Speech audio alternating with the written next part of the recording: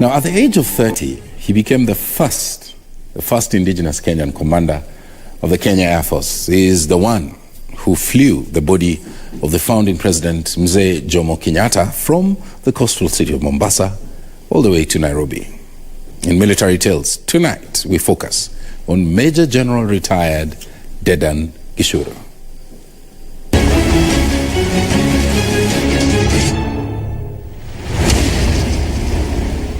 On the 22nd of August 1978, Major General Dedan Gichuru, then commander of the Kenya Air Force, receives a call from State House. I was called after midnight by the ADC to the president, Major Macharia. We want you to come to Mombasa immediately. We want 2 planes, and you must be in one of them. The general quickly made arrangements for 2 planes to take off from Isili for Mombasa. Mission still unknown. I rang the station and I said I want 2 buffaloes to be made ready. And I'll be one of the pilots, so look for the crew, for the other members of the crew.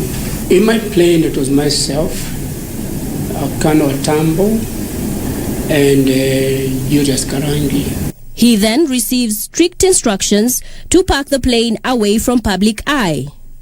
And then we landed Mombasa at around 6 o'clock. And then I called Macharia. They said, we have landed. Yeah, could you park the plane near the fire station, that is away from the public? And then the casket came. The mission was top secret, and they had orders to keep the news away from the public. I was called by the Chief Secretary, Mr. Kareithi, who was in Mombasa then, and he said, can you arrange for ambulance to take the body to State House without anybody knowing? We got there by at 10 o'clock. We are there. By this time, of course, the ministers were called. So there was a kind of a mini cabinet. After the confirmation of the message, the broadcast was finally made that the founding president, Mzee Jomo Kenyatta, was no more. And Mr. Kareithi drafted a message to be broadcast. The call was then made to the Voice of Kenya, now KBC. The message was actually very straightforward. It's been announced, yes sir, from State House, Nairobi, yes sir, that His Excellency the President, yes sir, passed on, disconnected. And that was, we got to sit at 10 o'clock. There's 1:45. There's the time the message sank.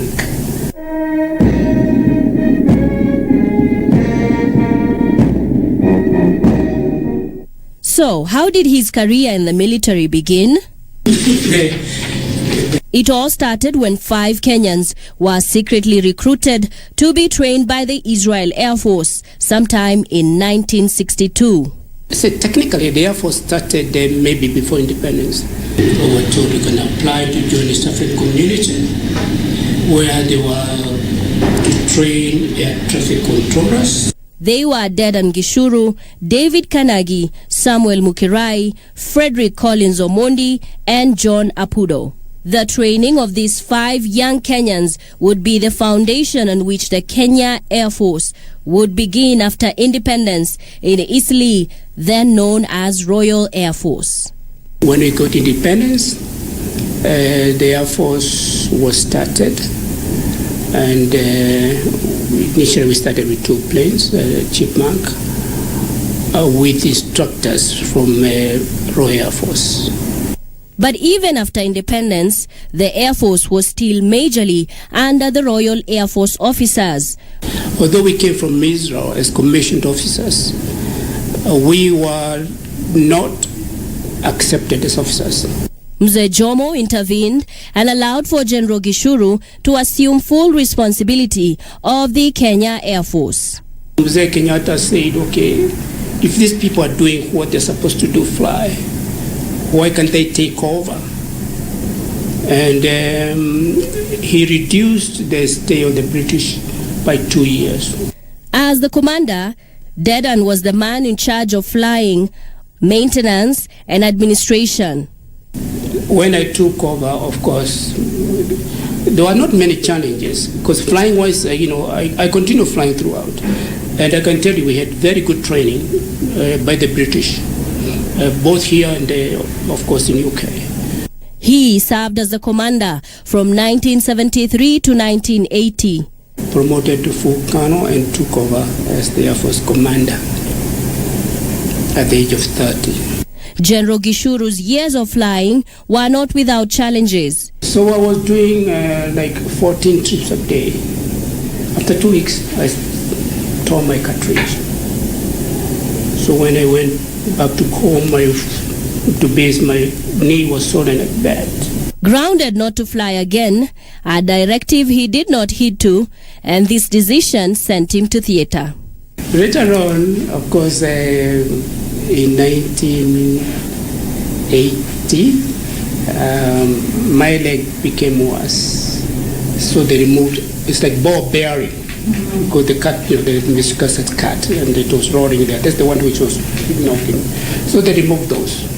Dedan Gichuru was the first ever indigenous Air Force commander, having taken over from the British when Kenya gained its independence in the year 1963. In 1985, he became the Chief of Staff, Defense Headquarters, and in 1989, he retired from the military. Reporting from Tigoni, Limuru in Kiambu County, I'm Nisi Imano.